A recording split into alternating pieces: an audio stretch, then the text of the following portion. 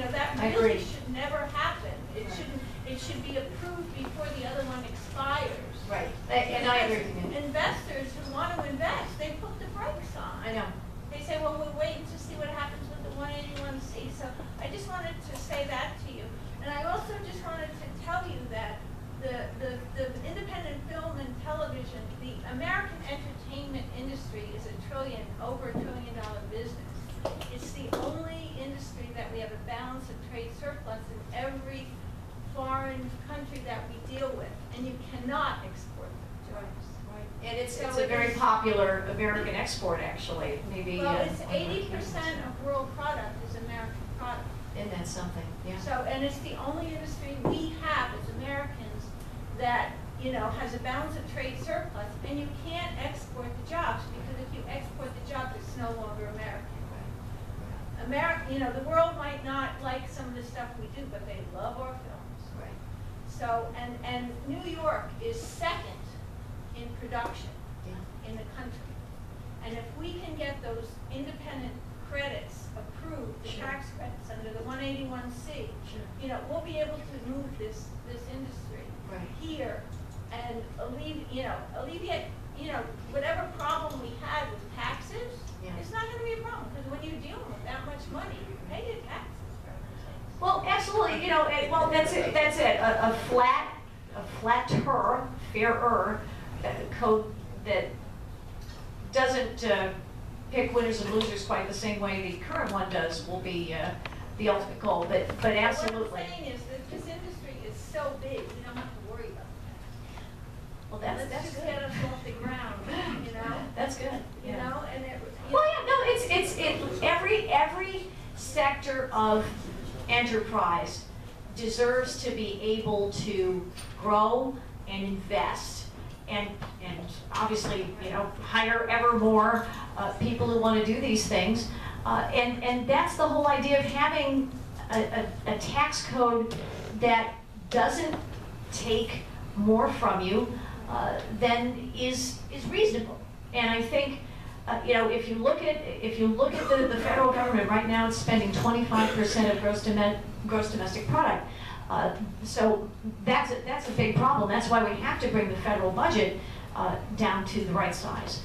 But if we can just try not to take upwards of 40% of the revenues of enterprise away.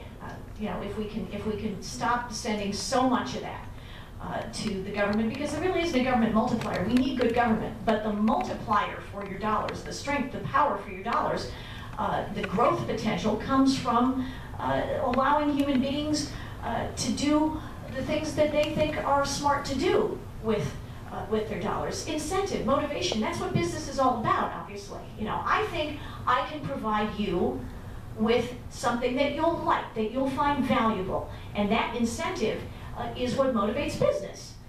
Government is a necessary servant to us, but it's a very different set of motivators in certain respects than is the case in the enterprise world. And there tends to be just a lot more energy and a lot more excitement, a lot more dollar generating potential in enterprise, particularly in entertainment, there's no question. And I certainly enjoy what you do.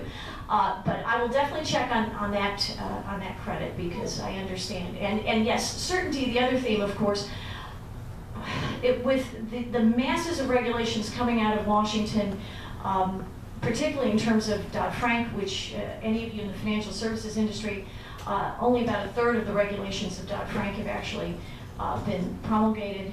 That leaves a tremendous amount of uncertainty about where to invest. That concern about, particularly for our small banks, about capital requirements alone.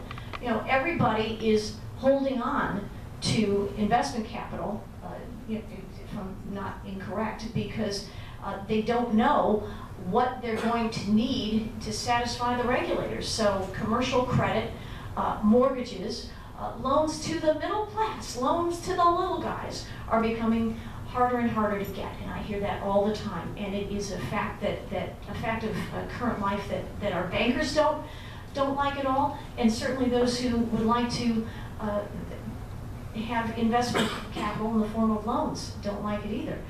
It doesn't have to be that way. But Dodd-Frank right now is a fact of our lives. We need to mitigate those burdens. The Affordable Care Act provisions are causing a lot of, again, a lot of uncertainty for our employers because the cost of employment, the penalties and mandates associated with that are also a problem. We can achieve the great goals of that law without creating these additional burdens on you. But we need to have a House and a Senate and a White House, all of whom share that goal and that philosophy. But yes, I agree with you. You know, the more we can provide relief to our entertainment industry, great. If we can do that for every industry in the country, even better. And thank you. Other questions? Hi, good morning. This is Jack Rickolas. I'm concerned about what's going on in the Persian Gulf. The Islamic Republic of Iran continues to enrich uranium, and depending upon who you read, they're 6 months to a year away from being able to arm a nuclear warhead. At the same time, they continue to threaten their neighbor, the state of Israel, and have plans. Their objective is to wipe them off the face of the earth. Our president is either unable or unwilling to contain them, and his politics of appeasement and an equal and a level playing field for all Middle Eastern countries sends mixed messages and empowers and emboldens our enemies. What are the House Republicans, if any, doing to try to check the president? Well, Jack, it's a very pressing question. We've been trying to work with the administration, but to move the agenda along toward isolating Iran with the most powerful sanctions we can impose, including, of course, on a widening, ever-widening circles of those who do business with Iran. So on the House side, we have passed a number of resolutions, and in fairness, I think they've been broadly accepted within the Senate as well, about sanctions against Iran. But of course, implementing those sanctions does depend on the actions of the administration. One thing that we can, I think two things that we can all agree on. Foreign policy is complex. There's no question about it. It's there. We are capable in the United States, and we have been ever since World War II, of extraordinary force that none of us wants to use for reasons that are all too obvious. So, in the face of that limitation, how do we deal with regimes whose electorates, presumably, if there has been a truly democratic process, whose electorates choose leaders that are openly hostile to the United States? And I am a strong supporter of Israel. I think Israel is our greatest ally in the Middle East. So I view the crucial interests of the United States as being tied to those of Israel, the state of Israel. If we have an economy that's strong, we can deal with any threat more effectively than if our economy is weak.